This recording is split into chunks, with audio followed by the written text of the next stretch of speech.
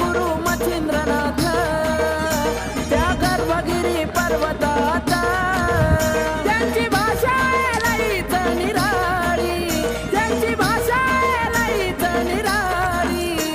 हे बंगाली बंगाली र बाबा बोलतो बंगाली बंगाली बंगाली र बाबा बोलतो बंगाली